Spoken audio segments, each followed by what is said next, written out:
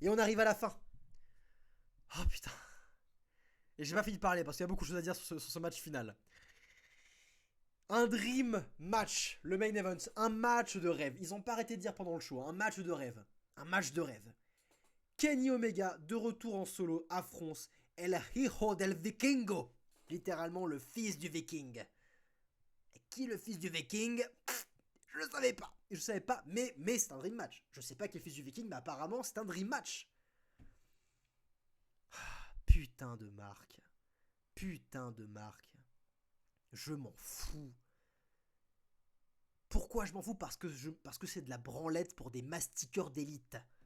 Voilà ce que c'est ce match. De la branlette pour des mastiqueurs d'élite.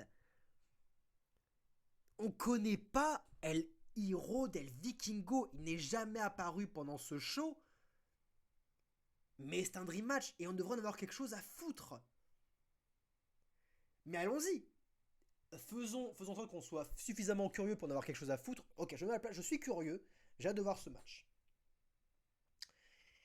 Alors, revoir Omega en solo, moi je suis d'accord. Omega, tant qu'il se porte loin des Bucks, alors, il a son comportement, on ne pourra pas le changer, c'est bon, il a son délire. Je suis pas fan de tout ce qu'il produit, mais en solo il fonctionne toujours mieux qu'en trio avec les Bucks. Et on va pas se mentir, même si le match est sympa, je vois vraiment le match est sympa, il est correct. Je n'ai pas pu m'empêcher de me dire pendant tout le long de ce main event, putain, le degré de dangerosité et d'effort que les mecs mettent sur le ring actuellement, ça en vaut pas la peine par rapport à mon degré d'intérêt. Les mecs, mais ils font des trucs, mais oufissimes, des trucs tellement dangereux, ça s'arrête jamais, jamais, jamais. Mais y a pas d'émotion. Et moi, je m'investis pas, je vois juste deux gars faire des trucs de malade, à quoi ça sert? Pourquoi vous faites ça? Je me dis, faites-en moins et faites le mieux. Arrêtez de vous mettre en danger comme ça pour ça. Je veux dire, ils ont fait des trucs de malade et j'ai juste trouvé le match sympa. Encore une fois, c'est pas mauvais, mais ils peuvent pas se permettre de potentiellement se tuer à chaque prise. C'est terrible. Les gars, ils vendent les coups, mais ils essayent pas de gagner. Au moins ils vendent, au moins ils vendent. Pour une fois, ça vend les coups, c'est cool. Ils font des prises et voilà, ils sont par terre, ça geint, etc. Mais ils essayent pas de gagner le match. On sent qu'ils veulent quand même impressionner par derrière, que c'est pas pour gagner qu'ils font ça. Et on va pas se mentir, avec le physique qu'il a, le fils du Viking fait 1m60. Il aurait dû passer plus de temps dans le match au sol à galérer pour pouvoir se relever. Omega, physiquement, il a clairement un avantage. Il est beaucoup plus musclé, beaucoup plus imposant, beaucoup plus lourd que son adversaire. Et pourtant, rien n'arrête le fils du Viking de faire des mouvements acrobatiques incroyables après 15 minutes de combat acharné, ce qui, encore une fois, nique la cohérence. Il aurait dû passer beaucoup plus de temps au sol. Mais Kenny Omega fait très peu genre de travail au sol. Si ça aurait été Punk, si ça aurait été Bryan, si ça aurait été MJF, il aurait pris les héros, il l'aurait amené au sol, il l'aurait calmé tout de suite. Bien sûr, mais c'est pas le type de Kenny Omega et c'est pour ça que ces matchs dégagent très peu d'émotion parce qu'on ne croit pas vraiment à ce qu'on voit. C'est juste, c'est du catch indie, c'est du catch indie pour Marc et dans ce cadre-là, celui-là était pas forcément mauvais. Mais encore une fois, ça en vaut pas la peine. Ça en vaut pas la peine. Surtout en main event, quoi. Et du coup, bon, il y a quelques moments négatifs, il y a plein de moments, comme d'habitude dans ce type de match, on voit clairement Omega regarder son adversaire et attendre que ce dernier lui saute dessus, sans qu'il esquive pour autant. Du coup, encore une fois, ça nique la cohérence. Il n'est pas. Putain, juste. À partir du moment où tu vois ton adversaire et que tu restes fixe à attendre que le coup arrive, c'est nul à chier, ça n'a aucun intérêt. On voit que c'est de la danse, on voit que c'est de la chorégraphie. Et le but, c'est qu'on ne voit pas ça, justement. Le moins possible.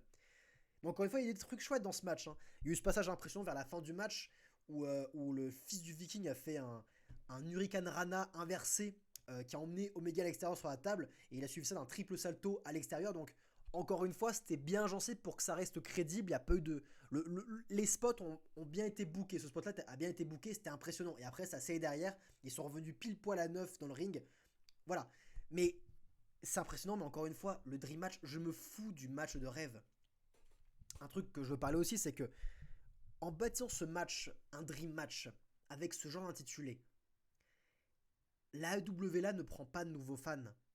il appuie son côté sectaire parce qu'encore une fois, un dream match, un match de rêve, et on ne sait pas qui est ce gars d'1m60. On ne sait pas qui c'est. Donc le casu qui dit on te promet un match de rêve, le casu, hein, celui qui voilà, juste il se branche, il a dégradé un peu le catch, et oh tiens il tombe sur Kenny Omega, il le connaît vite fait de nom. Apparemment c'est un dream match, ok. Il patiente, il mate le show, il se fait chier, il voit plein de trucs à la con. Et là le match de rêve, il voit débarquer un petit gars d'1m60 avec un masque de viking trop grand pour lui. Quand il voit ça, mais il fait mais what the fuck, c'est quoi ce délire? On va prendre le match de rêve et je vois un gosse déguisé en viking. c'est c'est quoi l'arnaque là? Vous voyez ce que je veux dire? Donc en faisant ça, alors que tous les marques, tous les fans de W et fans de catch, de la Ring of Honor, de la AAA, de toutes ces fédérations, oui, là ils sont là à se branler, ils font ah putain, ils se mastiquent, hein, ils sont ah oui, les Regal Vikingo, incroyable, match de rêve, Kenny Omega, waouh, fou. Mais pour le casu, pour la nouvelle audience, ça les fait fuir ça. Là, on nous appuie juste que AEW c'est très sectaire.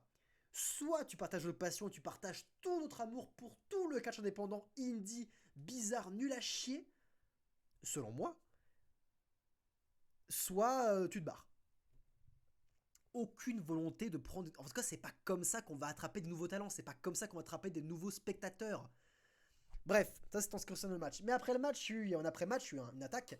Parce qu'à la fin, alors que Kenny Omega fait une petite promo, le Blackpool Combat Club, les heel face, qu'on sait pas trop, ils arrivent pour agresser Kenny Omega. Et oui, là on build un programme Blackpool Combat Club face à l'élite et on va nous demander d'être forcé à acclamer l'élite et c'est pas une blague, on va devoir acclamer l'élite, c'est eux les babyface, ça va être terrible. Et plus tôt dans le show, en fait, le Blackpool Combat Club avait déjà agressé les Young Bucks au début du show, donc ils étaient partis en ambulance. Et là, alors que Omega se fait attaquer, il y a Adam Page qui revient après avoir volé une ambulance. Il arrive en ayant volé l'ambulance, il arrive donc dans l'ambulance au show. Le public acclame, ils sont là à faire cowboy shit, merde de cowboy. Mais putain, mais bande de marques, encore une fois, je suis désolé, mais le mec a rien d'un cowboy. Il n'y a pas moins cowboy qu'Adam Page. Le mec qui veut se prendre pour Stone Cold, c'est un segment à la Stone Cold, hein, le mec ultra badass, il arrive, il a volé l'ambulance, en bat les couilles pour niquer la gueule des heals. Il se prend pour Stone Cold, mais la réalité c'est que quand j'ai vu Adam Page en ambulance, j'ai pouffé de rire. Pouffé de rire quand on me dit que ce gars a volé l'ambulance. Pourquoi? Parce qu'on n'y croit pas avec lui. Il a pas l'aura d'un bad boy. Surtout pas l'aura d'un cowboy. Lui vraiment, il a volé une ambulance, sérieusement, Adam Page? Mais sans déconner, sans rire, quoi. Sans rire, mais c'est lamentable. Il n'aurait jamais fait ça, c'est lamentable, on n'y croit pas une seule seconde. Mais bref, il fait la save, donc le Blackpool Combat Club s'en va, mais dans le procédé, il fait chuter Don Callis, le manager de Kenny Omega par accident, et Don Callis, qui apparemment ne veut pas de Adam Page dans les parages, il dit à Omega que Adam Page l'a fait tomber, l'a fait chuter, etc., etc. Alors qu'encore une fois, Omega, en se faisant agresser, il a vu qu'Adam Page arrivait pour lui sauver le cul. Hein. Omega a vu Adam Page sauver le cul, il l'a vu. Mais parce que Don Callis lui dit qu'il m'a fait chuter, Omega il est en mode oh putain, tu me saoules, on peut pas compter sur toi, on n'a pas confiance en toi, et casse-toi. En tout cas, dans le langage corporel, dans le langage facial, c'est ce qu'on comprend. En mode casse-toi, on peut pas croire en toi, tu sers à rien. Et encore une fois, j'ai pouffé de rire. C'est quoi ces réactions de gamins? Alors là, c'est l'élite qui écrit ça, c'est Adam Page, c'est Omega, c'est les Bucks, c'est eux qui écrivent cette storyline, clairement. Mais c'est quoi ces réactions de gamins? C'est quoi ces réactions de gamins ça? Le mec, il se fait sauver le cul et là, il est là à faire mais on veut pas de toi. De toute façon, je me rappelle, dans le passé, tu m'as fait des coups de pute, etc. Je veux pas de toi, truc. C'est des réactions infantiles et ça représente exactement ce que sont l'élite. Ce sont des gosses. Des gamins, c'est infantile au possible et on va me demander d'acclamer ces mecs. Et juste, à titre comparatif, informatif, je rappelle que sur l'autre chaîne, il y a eu actuellement une tension entre deux anciens amis, Kevin Owens et Sami Zayn, qui se sont trahis mutuellement, qui se sont vraiment fait des choses horribles, qui ont trahi leur famille, leur relation pour aller rejoindre un autre camp, la Bloodline, etc., etc. Beaucoup de ressentiments là-dedans. Énormément de ressentiments. Et là, pour un programme, ils ont agi comme des adultes. Kevin Owens était en mode non, mais t'inquiète, je vois très bien ce que tu essayes de faire, juste fais ta vie, je fais la mienne. C'est tout. Et mais ils communiquent, ils sont pas là à faire des enfantillages. Et c'est la même chose qui se passe. Théoriquement, c'est la même chose qui se passe. Sur une chaîne, c'est des gamins qui ont des réactions de gamins. Sur l'autre, des adultes. Tout est dit. Tout est dit. Cette rivalité promet. Donc voilà, c'était pour ce W Dynamite. Oh boy, la suite du programme promet. L'absence de MJF se fait ressentir clairement. L'absence, c'est pas l'absence parce qu'ils ont des babyface, ils ont Adam Cole, mais l'absence de babyface dans des programmes pertinents manque terriblement. La surabondance de talents qu'on ne veut pas voir à la télé est trop présente.